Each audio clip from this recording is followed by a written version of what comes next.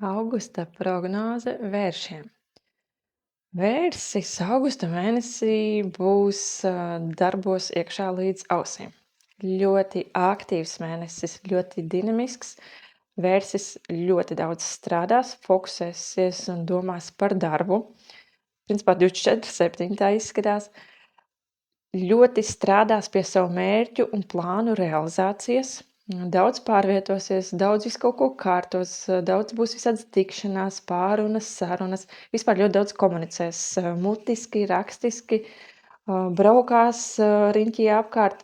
Tiešām tāds ļoti aktīvs, mērķiecīgs, es pat nezinu, jā, darbīgs mēnesis.